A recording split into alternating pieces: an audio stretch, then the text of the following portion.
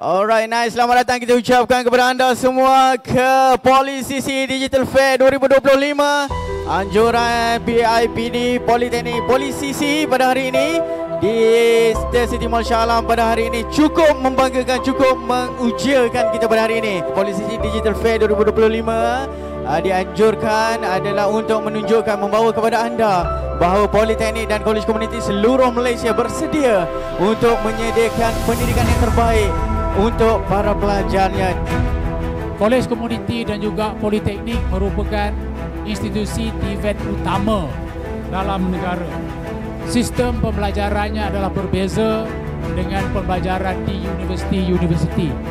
Penekanan diberikan kepada praktikal, latihan praktikal, di mana teori hanya merakumi 25% sahaja. 75% lagi adalah secara praktikal.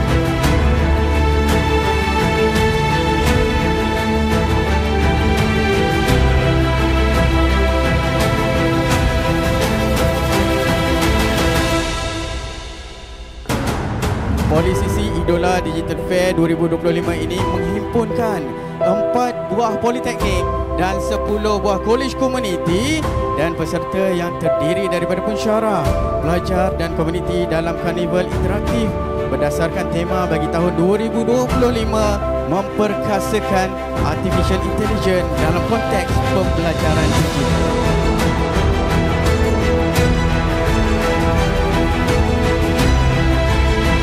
Okey, jom tuan-tuan dan puan, kita persembahkan kepada anda istimewa untuk kita semua, kumpulan Inti. Menuju hari yang bangkiang, kau tahu ku merinduimu, ku tahu kau menyintaiku, oh kasih. Hadirin dan hadirat sekalian, ayo kita raikan ketibaan yang berbahagia Dato' Dr. Anisi Ibrahim, Ketua Setiausaha Kementerian Pendidikan Tinggi, dan tetamu-tetamu kehormat.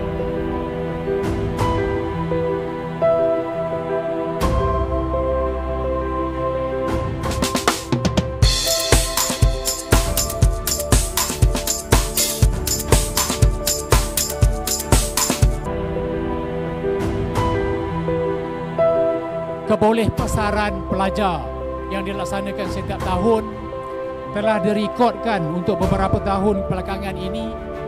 Kebolehpasaran pelajar adalah melebihi 95%. Alhamdulillah, sangat tinggi. Maksudnya daripada 100 orang pelajar, insya-Allah 95 orang akan mendapat pekerjaan dalam masa 6 bulan selepas mereka menamatkan pengajian.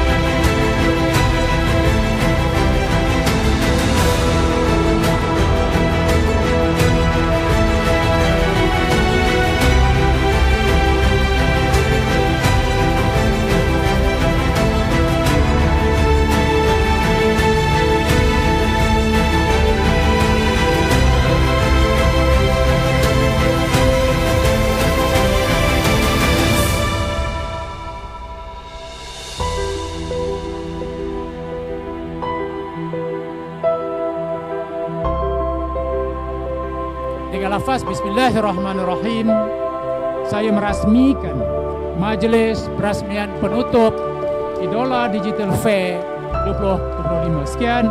Assalamualaikum warahmatullahi wabarakatuh.